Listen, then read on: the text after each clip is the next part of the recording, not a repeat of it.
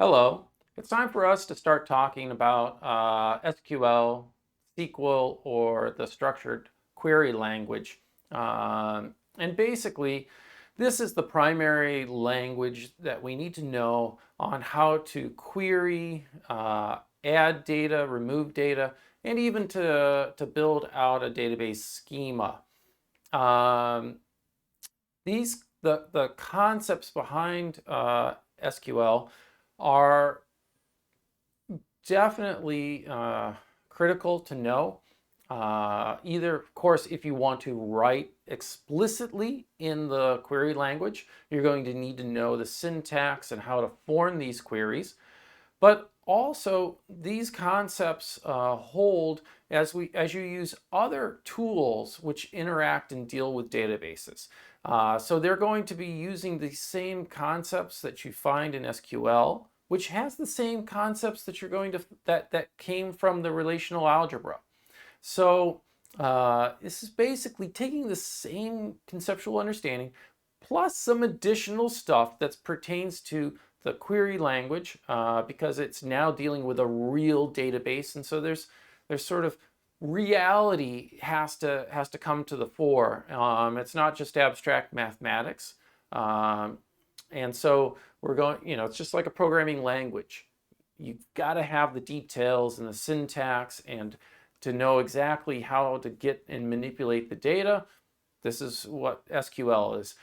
It's sort of like a new programming language, except that unlike the existing programming languages that you've learned, where you say, oh, I'm going to grab this data, put it here, move it around, organize it in this way, add it together, subtract it, whatever, store it there. Instead, with SQL, it's like what you've been doing with the relational algebra, which is you've got these tables and you're going to issue these commands that basically run over these tables, do Cartesian products, select rows, do projections to select which columns. That's the key idea. And as you know, you don't need to do anything to make the Cartesian product. You don't write for loops inside of for loops and stuff like that. So it's no longer this sort of procedural style of programming that you're used to, where you tell it what to do step by step. Instead, you're sort of saying, please do these operations for me and give me the results, just like you've seen in the relational algebra. So let's take a look at this. Quick note for reading. We're basically we're covering everything in Chapter 3 in the Database Systems Concepts textbook. When we get to Chapter 4, there are parts of it we won't cover. And Chapter 5, I don't know if I'll even directly touch upon any reading in Chapter 5. Now, Chapter 3 is rather terse, in fact, for learning SQL. When you read Chapter 3, it notes, well, this is not an instructional manual, and no kidding, it's not. It gives you enough that you could start writing SQL, but it's going to leave out certain details and certain notions of the language that you would probably find to be important to know. So when I look at Chapter 3, having already learned SQL, I go, oh, yeah, that all makes sense. But you might feel like feels like there's stuff missing from that chapter. Like, why doesn't it tell me about this? Or I need to know about that.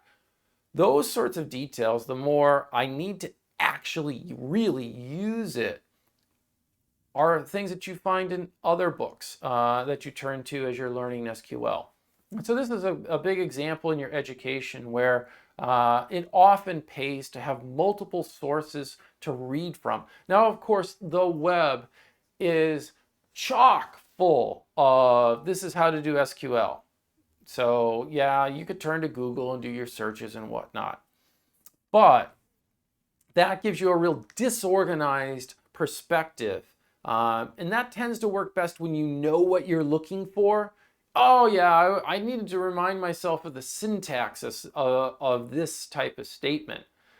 But if you don't already know what those statements are, that web searching is not as useful for you in these contexts.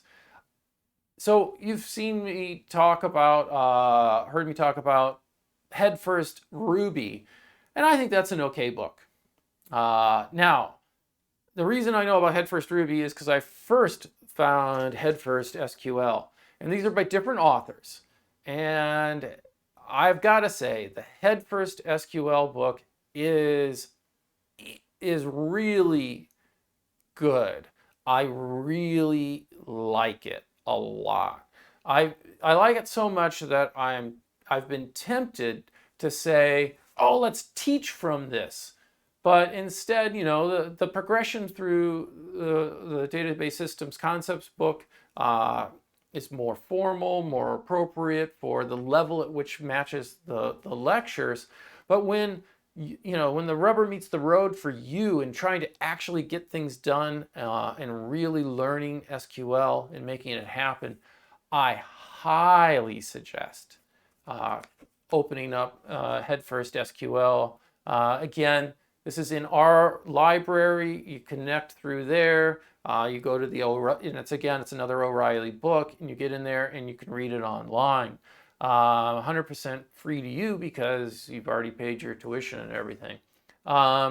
Chapters 1 through 3 are the ones that you need to get going and sort of cover what I'm going to be talking about for the most part today. But I'm going to, as we go on and learn more about SQL, the reality, and also database design, we're going to end up covering chapters 1 through 11 in Headfirst SQL by the time that we're sort of done with our databases, because Headfirst SQL will also talk about database design, and it gives a pretty good overview of that. It does not dig deep into the entity relationship diagrams. We'll certainly rely heavily upon our textbook for that material, but a lot of the conceptual and even the practical, in particular, the practical knowledge, Headfirst SQL is really nice. I sing its praises. All right, enough of me about that. The point is,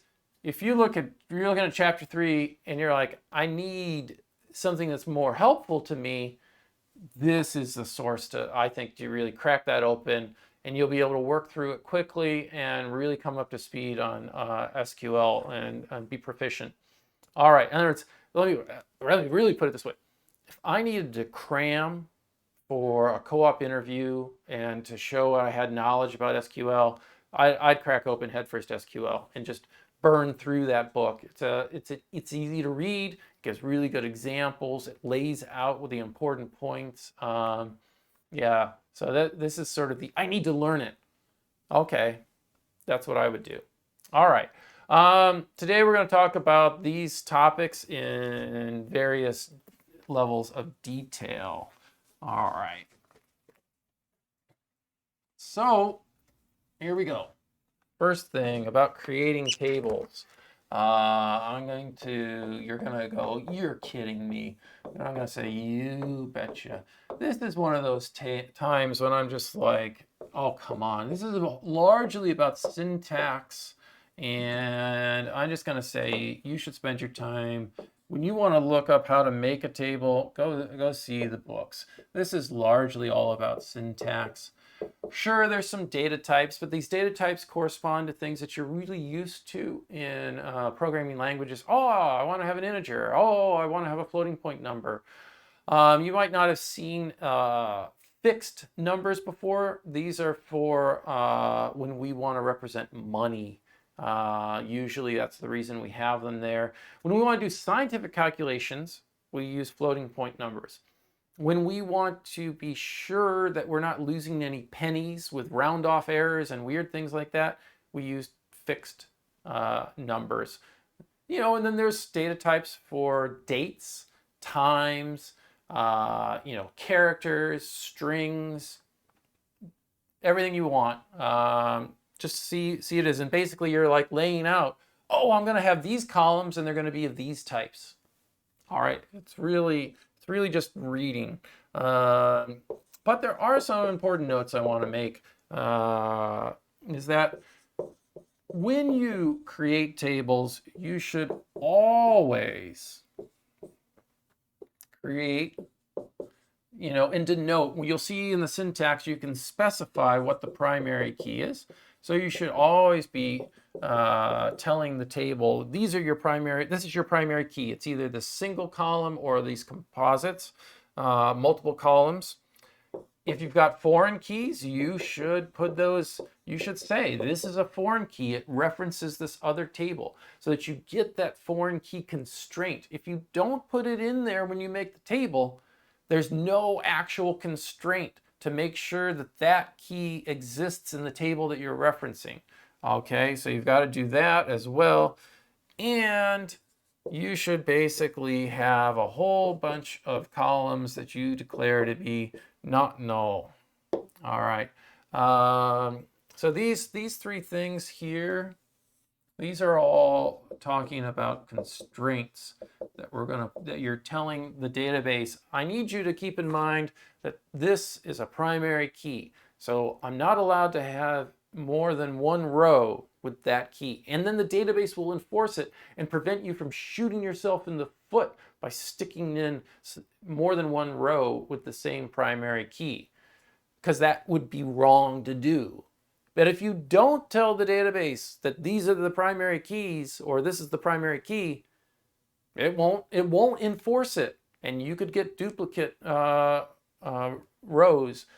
Same thing again with a foreign key and the issue of nulls. Now, we'll talk about nulls again, but I just want to point out that if in doubt, okay, every column should be declared not null, which is, in other words, you cannot store a null in that column. Nulls cause all sorts of programming errors. So it's in the issue that you'll end up with rows that have, and columns then that have nulls. And then when we issue queries over these tables, people forget that there are nulls there. And thus their queries don't behave correctly in the presence of nulls. And we, in effect, have mistakes. Our queries are not then written correctly because it's hard for us to remember that nulls could be present and what are the rules that govern when nulls are present, what happens. So it's better to start out with a database design where you're like, I'm not allowing any nulls in my tables. No sirree. That's going to cause me problems. Usually you can come up with some other way to design things such you don't need to use nulls. So you start off with a table where you don't allow any nulls. Maybe eventually you reach a point where you're like, oh yes, I can't think of any other way to code this. I need to use null here.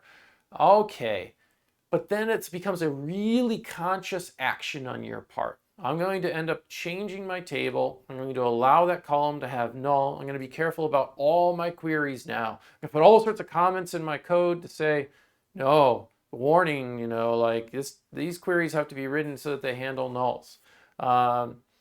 So make that a conscious thing that you control rather than something that you fall prey to making the mistake because you forgot to put in the constraints.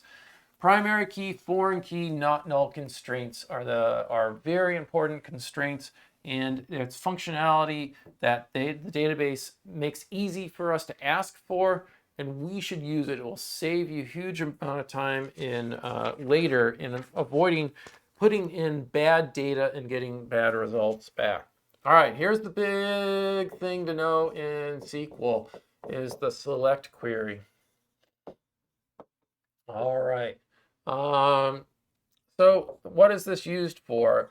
Select in SQL is our way to write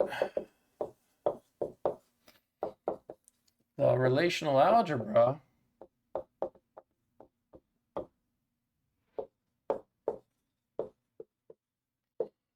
of a select.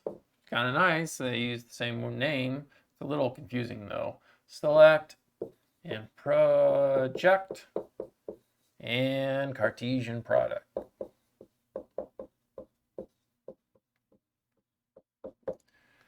So it's going to take these three concepts and bundle them all up into one query. And so queries will always, these select queries have the form of select, and we're going to fill in something, and then from, we're going to fill in something, and then where, we're going to fill in something. And usually you have to end your queries with a semicolon when you put them into some sort of interface that you're using. Some interfaces don't require the semicolon, but usually what I have seen is if you forget the semicolon, it keeps expecting that you're going to type in more material, and it turns into a mess. So just get in the habit of when you're typing these SQL queries that you're going to slap a semicolon on them. I think the only place we wouldn't be putting those semicolons is when we call SQL from a programming language. We'll interact with it and use SQL in a different manner. All right. So, but there are really two ways that we need to learn about select. It's one of them is when we select just from a single table, which is the easiest, and the next is when we select from multiple tables and we're going to do a join. So let's first talk about select from a single table.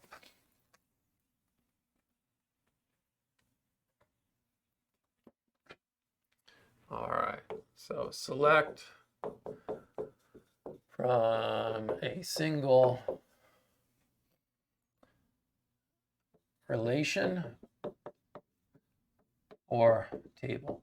And I find that when we deal with the actual databases as opposed to relational algebra, we're going to talk a lot more about tables, columns, and rows. But I will interchange the language back and forth.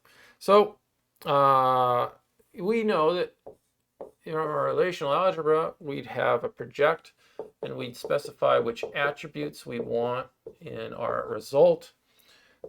We're going to have a select, where we specify a predicate. This is our Boolean expression about which rows to keep.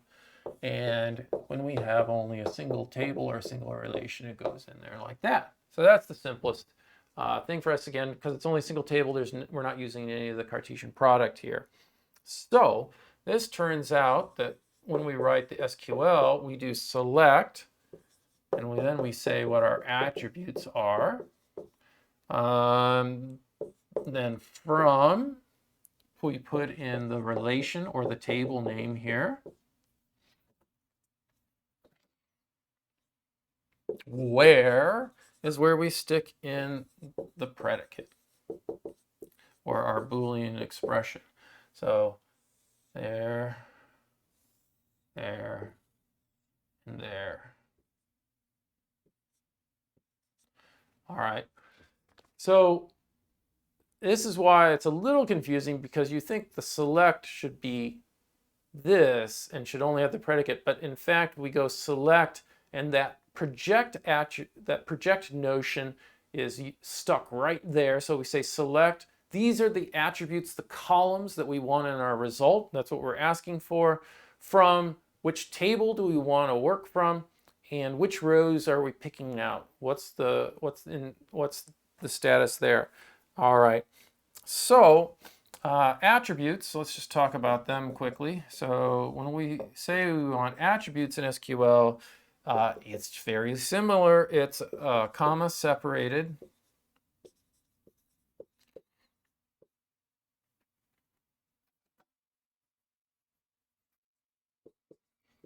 List of column names.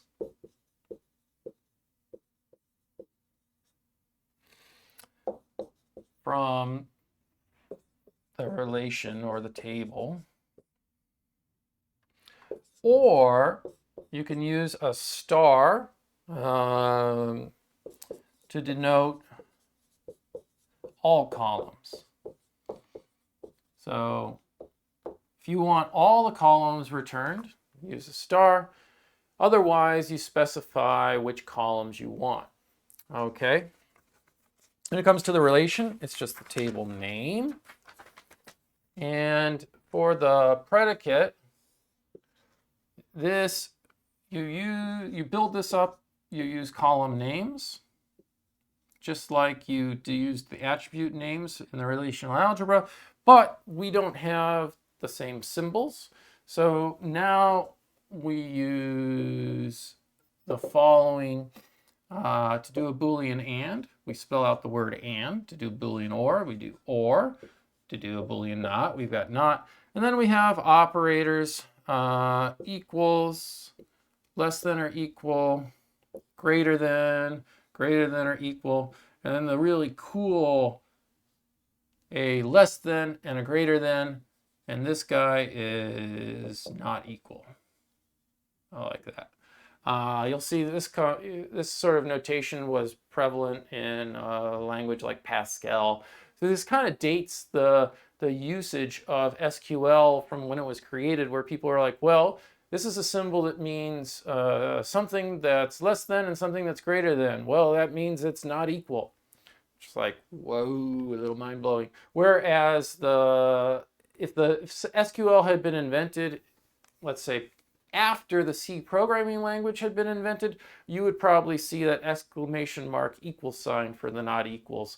Likewise, you might even see like people to have copied two equal signs to mean equality. But no, it's a single equal sign here in SQL, and it's that for not equals. The other symbols are what you're used to, and it looks like I forgot less than. All right, we'll add less than in there. Anyways, those are, and again, it's just syntax. So that's pretty simple to build out SQL. You can also have string operations and things so that you can check for substrings and strings instead of just equality with strings. Again, you're going to look that up. You can see it in the textbook or in the Head First SQL book. So there are ways to find substrings or do partial matches of strings in your predicates. Okay. Next, the big thing is a multiple table select. This is where we're going to need to do a join. All right, and so again, we've got our project, and we specify the attributes that we want. Then you've got your select with your predicate. Then you go relation cross relation, match our parens. And all right, so this is our Cartesian product. Now, how does this get expressed with a select statement? Well, we go select, and again, we specify what the attributes are that we want, comma separated list from, and then we go, yeah, we list multiple tables, comma separated, where, again, we stick the predicate. So the only thing that changes between the single table select and the multiple table select is that we've got more than one table listed. And again, our attributes are our attributes. This, though, when we say we've got these two guys here, what we're doing is we're saying, take this table and give me the Cartesian product of it.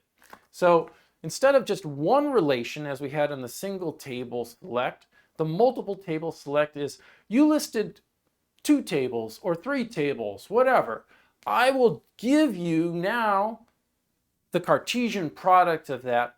And it is, so if you were to not put a where on this, you would get back the Cartesian product. Okay, so this gives you the Cartesian product. So when you write your predicate here, you're thinking in terms of, yeah, I have to pick the rows out of the Cartesian product that I want. So this is usually where you're putting the conditions to actually do the join, where it's like, oh yeah, where r.id is equal to s.id and things like that, where I'm matching the keys along with other things that you want in the predicate. All right. So one thing to note about your predicate is that non-unique column names. So when the column name occurs in more than one table, so you could have a table that's got the column name value in each table. How do I refer to it in the predicate? Well, these can be specified just as we did in the relational algebra with the table name prefixed.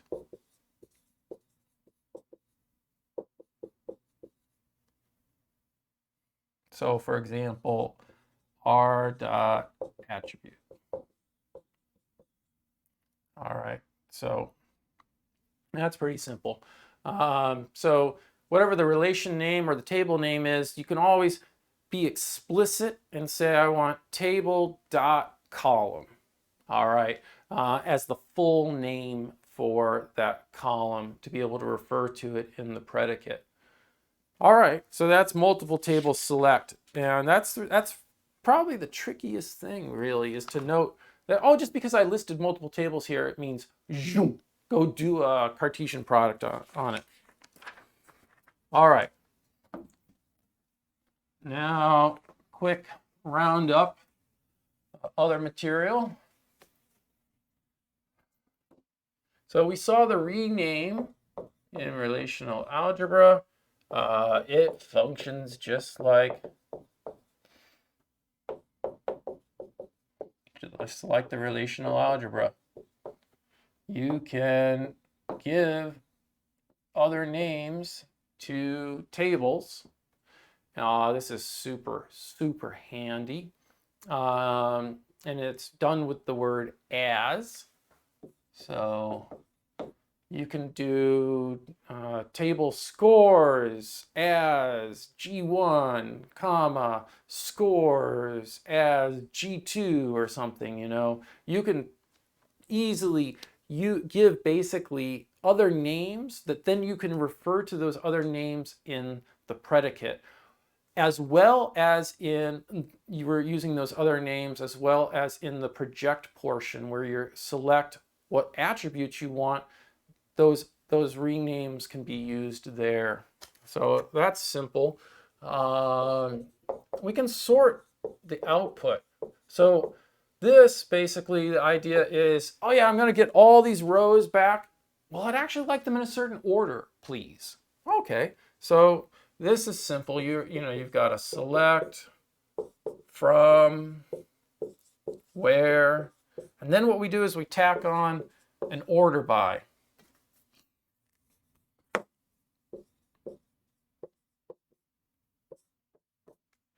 And we can order it by column name, for example. You can actually order it by more than one column name, so you can sort it based upon more than one thing. And we can specify that our order bys can be in terms of desc, which stands for descending, or can have it be ascending. So if things are descending, it means they're sorted in order like 3, 2, 1. Ascending is 1, 2, 3. Ascending is the default. So if you don't specify what you mean by order by, it will sort in ascending order, it makes sense. We tend to count up, for example. And by the way, there's sorting on strings as well. There are sorting on strings is actually a fairly tricky thing, because how do you define exactly when one string comes before another? Sure, alphabetical order, but what about other characters? What about capital letters? What about spaces? All those sorts of things. That's where you have to crack open the manual pages for the actual database and find out how is that all handled? As well as when you have strings and they're in other languages other than English, how do we sort them? So that can be complex, but most time we're sorting numbers, and so those are pretty clear. All right. We also have notion of set operations like we did in so we can have union and intersect. Just go ahead and see section 3.5 in the book.